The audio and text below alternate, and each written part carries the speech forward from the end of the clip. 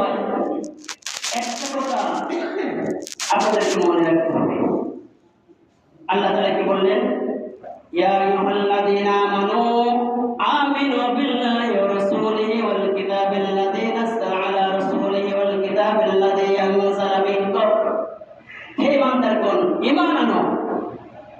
আমি আল্লাহর পরে, রাসূলের পরে এবং তার পরে যে কিতাব নাযিল করেছে পরিপূর্ণভাবে বিশ্বস্ততার সাথে ঈমান আনো। প্রত্যেকটা হুকুমের পরে ঈমান আনতে হবে। আজকে আপনি আমি যে কোরআনের কথা শুনতেছি, উলামায়ে কেরামরা যারা বলতেছে, বলার সাথে সাথে এক প্রকার বিরোধিতা, দুশ্মনী সমাজের ভিতরে লক্ষ্য করা যায়। এটা ওই সময় থেকে আবু জাহেল থেকে এই হুকুমটা যখন তাদের কাছে রাসূল কোরআনের কথাগুলি বলতেন, সাথে সাথে সমাজের ভিতরে নবীর বিরুদ্ধে দুশ্মনী, ষড়যন্ত্র, বিভিন্ন প্রকার অপতৎপরতা তারা শুরু করত। একটা কথা মনে রাখতে হবে, আমি আপনাদের কাছে একটা প্রশ্ন করি। আল্লাহ তাআলা যখনই কোনো বিষয়কে হারাম ঘোষণা করেন, তার পাশাপাশি আল্লাহ তাআলা একটা হালাল বিধান দিয়ে দিয়েছেন।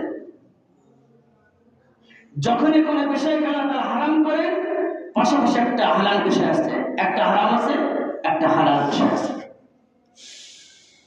আজকে আমি নবীকে শুধু আখিরাতের শাফাআতকারী হিসেবে নবীকে মানব, দুনিয়ার অন্য কোন সেক্টরে, অন্য কোন দপ্তরে নবীকে মানব না, নবীকে জাস্টিস মানব না, বিচারক মানব না, সেনাপতি মানব না, নবীর আদর্শ মানতে রাজি না।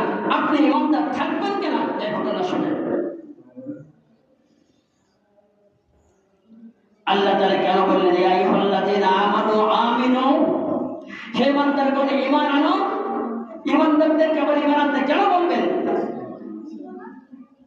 পরিপূর্ণভাবে আল্লাহ তাআলা একটা বিধানকে যখন হারাম করেন, পাশাপাশি হালাল বিধান দেন। দেখেন আল্লাহ তাআলা মদকে হারাম ঘোষণা করেছেন, তার পাশাপাশি আল্লাহ তাআলা খেজুরের তাজা রসকে আল্লাহ তাআলা হালাল ঘোষণা করেছেন। মদ হারাম না হালাল? বলে সবাই বলেন হারাম না হালাল? ইন্নামাল খামরু ওয়াল মাইসির ওয়াল আনসাব ওয়াল আসলাম রিজসুম মিন আমালিশ শাইতানি ফাজতানিবু। আমাদেরকে গুরুত্বপূর্ণ একটি আমলের পরিবেশে বসার তৌফিক দান করলেন। বিভিন্ন গুনার পরিবেশ থেকে বাছাই করে নেককার মানুষদের সোহবতে নেক পরিবেশে আসার তৌফিক দিলেন, নেক আমল করার